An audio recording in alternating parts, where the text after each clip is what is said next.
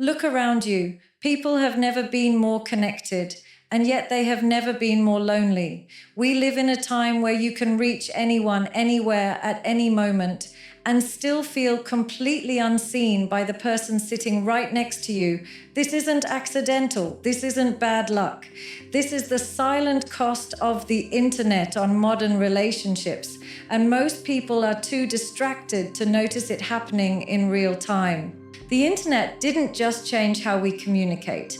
It changed how we attach, how we desire, how we commit, and how easily we replace. Relationships used to be built on patience, on waiting, on uncertainty, on effort. Today, everything is instant. Messages, validation, attention, dopamine. And when everything is instant, nothing is valued. People say technology brought us closer. No, it brought us faster access to each other, not deeper connection. And speed destroys depth. Intimacy cannot survive in an environment of constant comparison. Trust cannot grow when your partner has 1,000 invisible options in their pocket. And commitment becomes fragile when the next distraction is always one swipe away. Let's start with attention, because attention is the currency of love. In the past, when someone chose to be with you, they were actually with you. Their eyes were on you, their mind was present. Today, attention is split into fragments, half listening, half typing, half scrolling. You're talking about something important, and the phone lights up, and just like that, you lose them. Not because they don't care, but because their brain has been trained to prioritize novelty over presence. And here's the uncomfortable truth. The internet has rewired people to confuse stimulation with connection. Deep bonds are slow.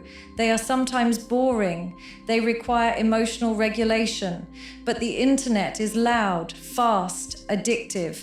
And once your nervous system gets used to constant stimulation, real relationships start to feel underwhelming. That's why people say, "I don't feel the spark anymore." Not because love is gone, but because their brain is overstimulated. They are comparing a real human being to a highlight reel, a fantasy, a filtered illusion, and reality always loses when compared to fantasy. Social media has turned relationships into performances. People are no longer asking, "Are we happy?" They're asking, "Do we look happy?" Validation has moved from private moments to public approval. Likes, comments, views, these are not harmless. They train people to seek external affirmation instead of internal security. And when your sense of worth depends on strangers' reactions, your relationship becomes unstable. Because now your partner is not just competing with real people, they're competing with algorithms designed to keep you craving more. The internet also destroyed mystery. Attraction needs space. Desire grows in absence. But now everyone is always available. You know when they were last online. You know who liked their photo. You know who watched their story. This constant visibility breeds anxiety, not intimacy. People stalk instead of communicate. They assume instead of ask. They build narratives in their head based on pixels and timestamps, and slowly trust erodes, not because betrayal happened, but because insecurity was fed daily. Before the internet, cheating required effort. It required risk. Now it requires boredom. Emotional affairs start in comment sections. Private messages feel harmless until they aren't.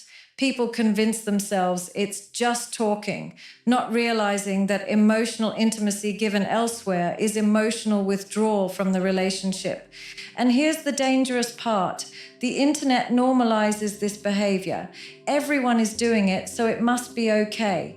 Everyone is flirting lightly, keeping backups, staying open to options. Commitment starts to feel naive. Loyalty feels restrictive. And suddenly, people are in relationships while mentally auditioning replacements. Dating apps turned people into products. Swipe culture trained us to judge humans in seconds. Too slow, swipe. Too complex, swipe. One flaw, swipe. When you train your brain to believe something better is always one move away, you lose the ability to work through discomfort. Real relationships require tolerance for imperfection. The internet teaches the opposite, that you deserve perfection instantly. So people leave not because the relationship is unhealthy, but because it's human. Conflict used to be a doorway to growth. Now it's seen as a sign to exit. Why talk it through when you can download someone new? Why sit with discomfort when distraction is easier? And this constant escape has consequences. People are emotionally underdeveloped. They don't know how to regulate emotions, how to repair after arguments, how to hold space for another person's flaws. They know how to ghost, how to mute, how to block. Digital exits replaced emotional maturity. The internet also blurred boundaries.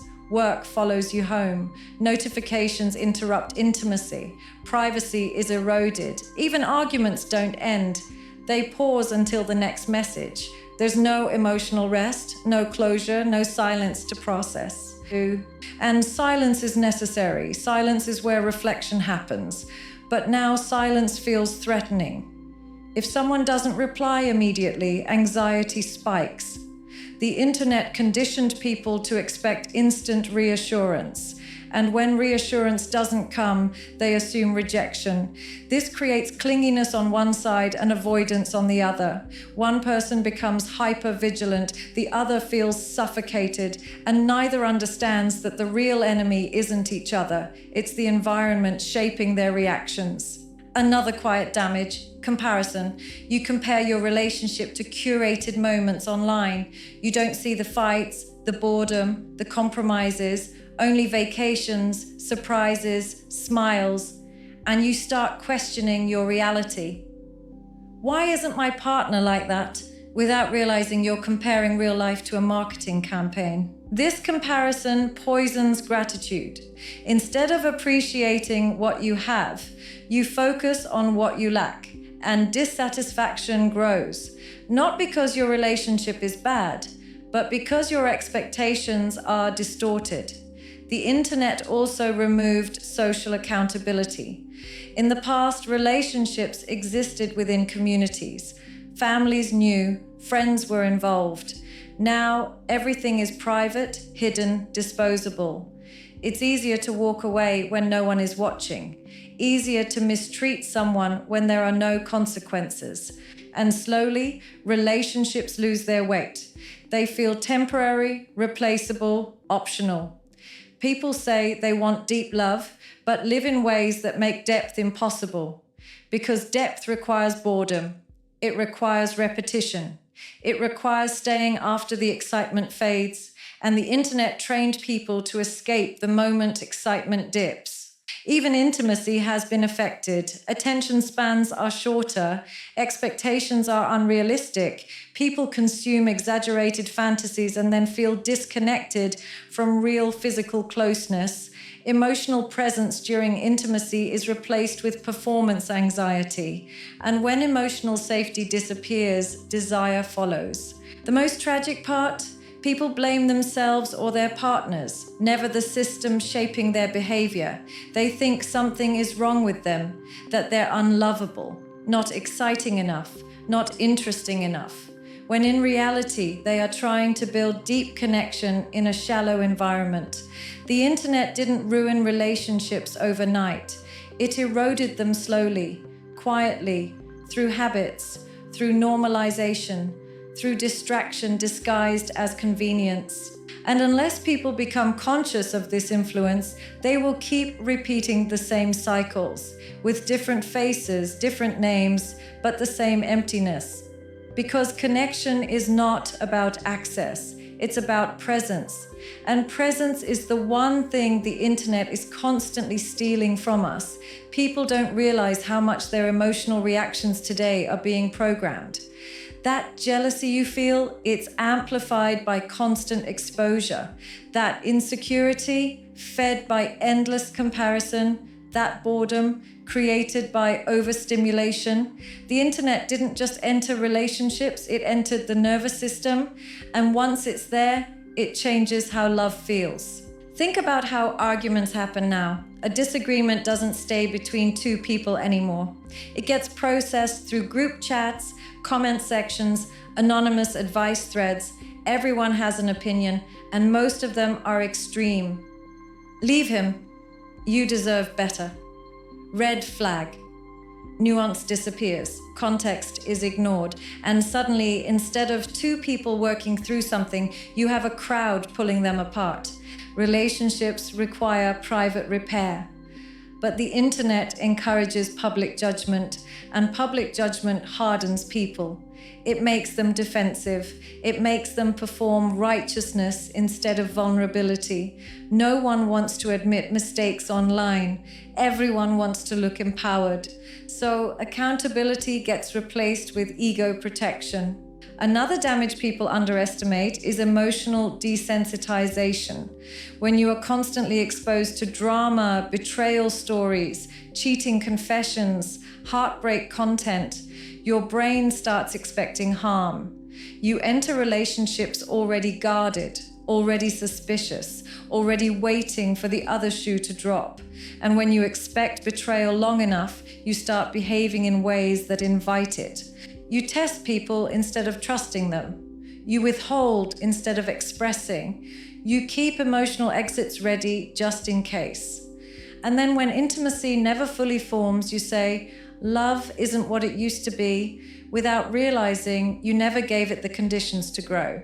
The internet also taught people to mistake emotional intensity for emotional depth, fast attachment, oversharing early, trauma bonding, instant closeness. It feels powerful, intoxicating, but it's unstable. Real intimacy unfolds slowly. It builds through consistency, not confession dumps, but slow feels uncomfortable to people addicted to instant emotional highs. So they confuse anxiety with chemistry, chaos with passion, push-pull dynamics with romance. And when calm, secure love shows up, it feels boring because their nervous system is addicted to spikes. This is why so many relationships today start strong and collapse fast. The beginning is fueled by novelty, attention, and digital intimacy. But once routine sets in, once real life enters, once dopamine drops, people panic. They think something is wrong. They start scrolling, comparing, fantasizing, disconnecting, and instead of repairing the bond, they replace it. Another quiet erosion is respect. The internet made it easier to disrespect your partner silently, eyeing alternatives, following provocative content, consuming attention from others while claiming commitment. People don't realize that desire directed outward weakens the bond inward. Loyalty isn't just about not cheating physically. It's about where your attention goes, what you entertain mentally, what you feed emotionally. And today, attention leaks everywhere. People say it doesn't mean anything, but repetition makes meaning. Habits shape attachment, and every small withdrawal adds up. The internet also blurred gender dynamics and expectations. Everyone is confused, defensive, reactive. Instead of understanding each other, people are consuming content that tells them why the other side is dangerous, toxic, or unworthy. Men and women are being trained to see each other as threats instead of partners. This creates power struggles instead of cooperation, scorekeeping instead of empathy. Relationships turn into negotiations instead of connections. And when both sides come in armored, no one feels safe enough to soften. Even breakups have changed. Closure used to come from conversations, reflection, time. Now it comes from blocking, unfollowing, deleting, external actions meant to force internal healing. But avoidance isn't healing, it just delays it. People move on faster, but carry unresolved patterns longer. They repeat the same dynamics with new people, wondering why the outcome never changes. The internet didn't just shorten attention spans, it shortened patience, and patience is the backbone of love. People want understanding without explaining, loyalty without consistency, intimacy without vulnerability. and they blame relationships for failing when they themselves are fragmented. This doesn't mean the internet is evil, it means it's powerful, and anything powerful requires awareness. Without awareness, it controls you. With awareness, you control how it fits into your life. But most people don't pause long enough to ask how their habits are shaping their hearts. They don't notice how often they escape discomfort instead of addressing it, how often they numb instead of connect, how often they scroll instead of speak. And slowly, connection becomes something they want but don't know how to sustain. Because love isn't built through access, it's built through restraint, through choosing depth over distraction, through staying present when leaving would be easier. And in a world designed to pull you away from presence, maintaining a real relationship becomes an act of resistance. If you want real love in this era, you're going to have to swim against the current, because everything around you is designed to pull you apart. Slowly, quietly, and without drama. The internet will never tell you to sit with discomfort. It will never reward patience. It will never encourage repair. It only offers exits. And exits feel powerful until you realize you've exited every place where depth could have formed. Strong relationships today are not accidental. They are intentional.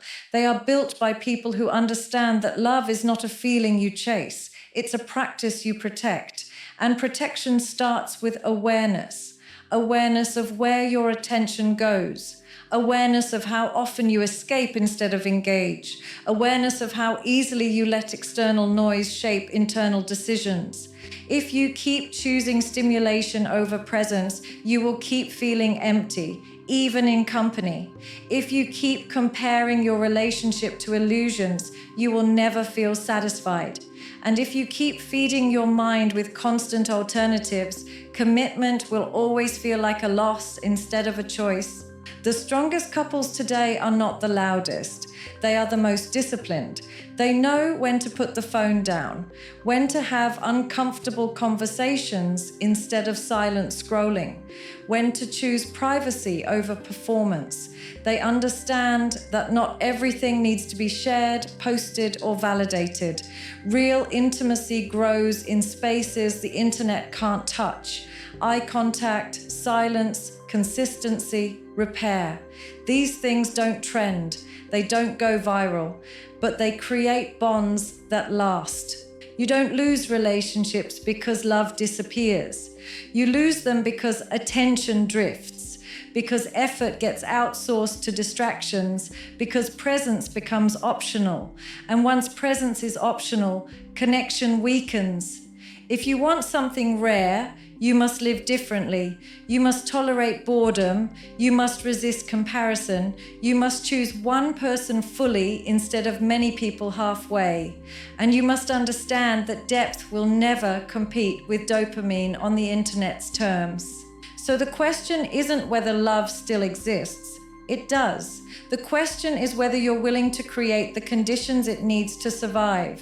Because in a world constantly pulling you away, choosing to stay present, to stay committed, to stay emotionally available is not weakness, it's strength. And the people who learn this won't just have relationships. They'll have something most people are scrolling past without ever realizing what they lost.